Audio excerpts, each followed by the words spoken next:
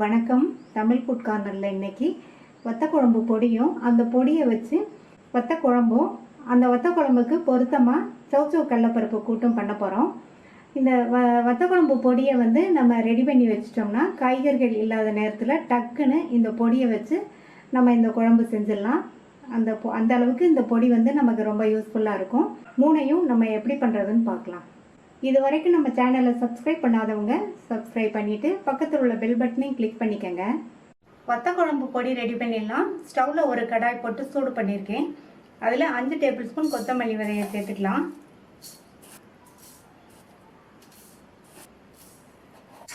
இந்த கொத்தமல்லி விதை நல்லா சூடேறி வாசனை வர வரையும் வறுத்துக்கணும். கொத்தமல்லி விதை நல்லா வறுபட்டு வாசனை வந்துருச்சு. கலர் மாறிடாமல் இந்த மாதிரி வறுத்துக்கணும்.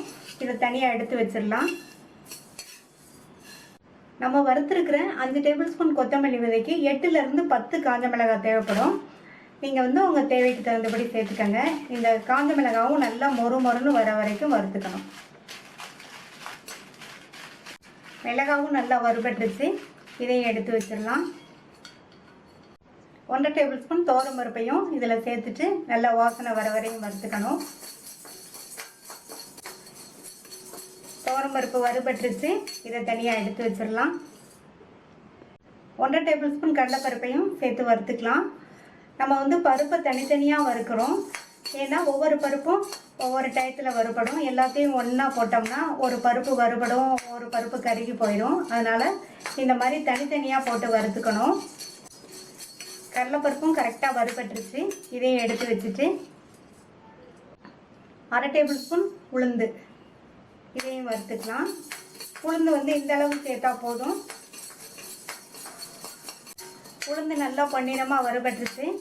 இதை எடுத்து வச்சுட்டு அடுத்து 1 டேபிள் ஸ்பூன் பச்சரிசி சேர்த்து வறுத்துக்கலாம். இந்த வத்தக்குழம்பு பொடிக்கு பச்சரிசி வறுத்து சேர்த்தோம்னா நல்லாயிருக்கும். பச்சரிசியும் நல்லா வறுபட்டுருச்சு. இதை எடுத்து வச்சுட்டு 1 டீஸ்பூன் மிளகு, 1/2 டீஸ்பூன் வெந்தயம், இது ரெண்டையும் சேர்த்து வறுத்துக்கணும். இது ரெண்டும் வறுபட்டதுக்கு அப்புறமா தான் நம்ம சீரகம் சேர்க்க போகிறோம். மிளகும் வறுபட்டுருச்சு, வெந்தயமும் நல்லா பொன்னிறமாக வறுபட்டுருச்சு.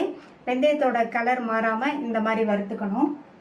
அது கூட 1 டீஸ்பூன் சீரகத்தையும் சேர்த்து வறுத்துக்கலாம். சீரகம் வேகமாக வறுபட்டுரும். அதனால தான் நம்ம மிளகு வெந்தயம் வறுத்ததுக்கப்புறமா சேர்க்குறோம். சீரகமும் வறுபட்டுருச்சு. ஸ்டவ் ஆஃப் பண்ணிவிட்டு அதில் 1/2 டீஸ்பூன் பெருங்காய பவுடர் சேர்த்துக்கலாம். ஸ்டவ் ஆஃப் பண்ணிவிட்டு சேர்த்தாலே போதும், வறுபட்டுரும். கடாய் சூட்லேயே வறுபட்டுரும்.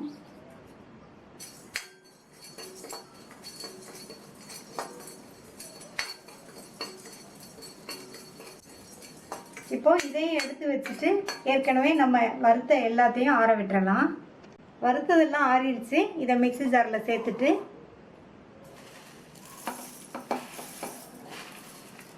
இது கூட 1/2 டீஸ்பூன் மஞ்சள் பொடி சேர்த்து நல்லா நைஸாக அரைச்சிக்கலாம். வத்தக்குழம்பு பொடி அரைச்சாச்சு. இந்த பவுலுக்கு மாற்றி வச்சிடலாம். சௌச்சோ கடலைப்பருப்பு கூட்டு பண்ணுறதுக்கு 3 டேபிள் ஸ்பூன் கடலைப்பருப்பை கழுவிட்டு 1 மணி நேரமாக ஊற வச்சுருக்கேன். அதை இந்த குக்கரில் சேர்த்துக்கலாம். ஒரு மீடியம் சைஸ் சௌச்சோவை தோல் சீவி கட் பண்ணி வச்சுருக்கேன். அதையும் சேர்த்துக்கலாம். இது கூட 2 பிஞ்ச் மஞ்சள் தூள். தண்ணி வந்து கொஞ்சமாக தான் சேர்க்கணும். 1/4 கப் தண்ணி சேர்த்துருக்கேன். நல்லா கலந்து விட்டுக்கலாம். சௌச்சோ வந்து ரொம்ப பொடியாக கட் பண்ணாமல் இந்த அளவு சைஸ் துண்டுகளாக கட் பண்ணிக்கோங்க. அப்போ தான் கடலைப்பருப்பும் சௌச்சோவும் கரெக்டாக வெந்து வரும். மூடி போட்டுடலாம். ஸ்டீம் வந்ததுக்கப்புறமா வெயிட் போட்டு மீடியம் ஃப்ளேமில் 2 விசில் வேக வச்சுக்கலாம். இந்த மிக்ஸி ஜாரில் 1/2 டீஸ்பூன் சீரகம், 2 பச்சை மிளகாய், மிளகாய் வந்து நீங்கள் உங்கள் காரத்துக்கு தகுந்தபடி சேர்த்துக்கங்க. 2 டேபிள் ஸ்பூன் தேங்காய் துருவல். தேவையான அளவு தண்ணி சேர்த்து இதை நல்லா நைஸாக அரைச்சிக்கலாம். மீடியம் ஃப்ளேமில் 2 விசில் வந்துருச்சு. கடலைப்பருப்பு சௌச்சோ ரெண்டுமே கரெக்டாக வெந்திருக்கு. சௌச்சோவுமே வெந்துருச்சு. இதை இறக்கி வச்சுட்டு கூட்டை ரெடி பண்ணிடலாம். இந்த பேனில் 3 டீஸ்பூன் தேங்காய் எண்ணெய். இந்த கூட்டுக்கு தேங்காய் எண்ணெய் நல்ல சுவை கொடுக்கும். நீங்கள் விருப்பப்பட்டால் சேர்த்துக்கங்க, இல்லைன்னா நீங்கள் விருப்பப்பட்ட எண்ணெய் சேர்த்துக்கங்க. எண்ணெய் சூடாயிடுச்சு. அதில் 1/2 டீஸ்பூன் கடுகு, 1/2 டீஸ்பூன் உளுந்து, உளுந்தோட கலர் இந்த அளவுக்கு மாறணும். கருவேப்பிலை சேர்த்துக்கலாம். 2 டேபிள் ஸ்பூன் பொடியாக கட் பண்ண வெங்காயம், ஒரு கட் பண்ண காஞ்ச மிளகாய், 2 பிஞ்ச் பெருங்காய பவுடர்.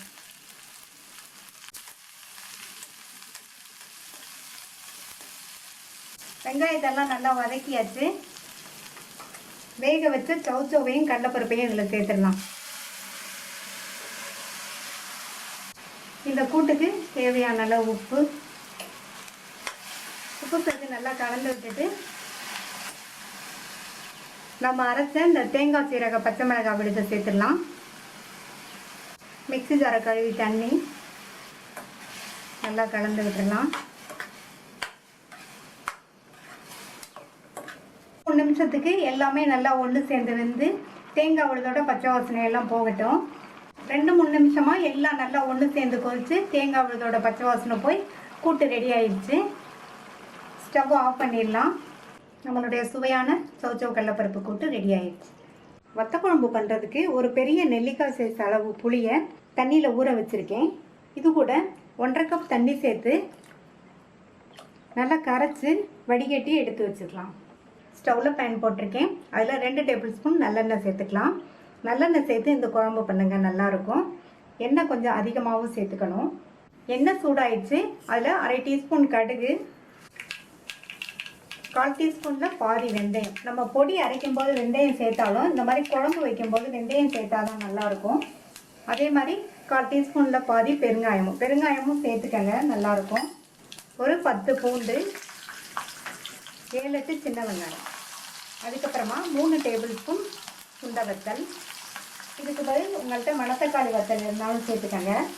அது கூட ஒரு காஞ்ச மிளகாய் கட் பண்ணது, கருவேப்பிலை கொஞ்சம். இப்போது எல்லாத்தையும் வதக்கிக்கலாம். மிதமான தீயில வச்சு வறுத்தோம்னா சுண்ட வத்தலும் கலர் மாறாமல் நல்லா வறுபடும். பூண்டும் வெங்காயம் ரெண்டுமே நல்லா வதங்கிடும். சுண்ட வத்தலும் வறுபட்டுருச்சு, வெங்காயம் பூண்டும் நல்லா வதங்கிடுச்சு. ஸ்டவோட தீயை குறைச்சிட்டு இது கூட நம்ம அரைச்சி வச்ச அந்த வத்தக்குழம்பு பொடியை சேர்த்துக்கலாம். 1.5 டேபிள் ஸ்பூன் வத்தக்குழம்பு பொடி சேர்த்துருக்கேன். இதை லைட்டாக வதக்கி விட்டுட்டு நம்ம வந்து புளி கரைசலை சேர்த்துடணும்.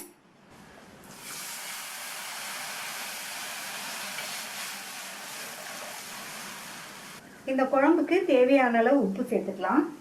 ஸ்டவ்வோட தீயை கூட்டி வச்சிடலாம். குழம்பு நல்லா கொதிச்சு வரட்டும். குழம்பு நல்லா கொதிக்குது. ஸ்டவ்வோட தீயை குறைச்சிட்டு மூடி வச்சிடலாம். குழம்பு ஓரளவு வத்தி வரட்டும். தீயை நல்லா குறைச்சி வச்சு குழம்பு நல்லா கொதிச்சு வத்தி நல்லா கமகமன் வாசனையோட நம்மளுடைய வத்த குழம்பு ரெடி ஆயிடுச்சு. மேலேயும் நல்லா எண்ணெய் பிரிஞ்சு வந்திருக்கு.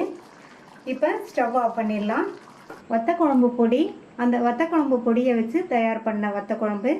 இந்த வத்த குழம்புக்கு பொருத்தமான சைடிஷ் சௌச்சோ கடலைப்பருப்பு கூட்டு 3மே ரெடி ஆயிடுச்சு. இந்த 3ஐயும் ட்ரை பண்ணி பார்த்துட்டு உங்கள் கமெண்ட்ஸை சொல்லுங்கள். தேங்க்யூ.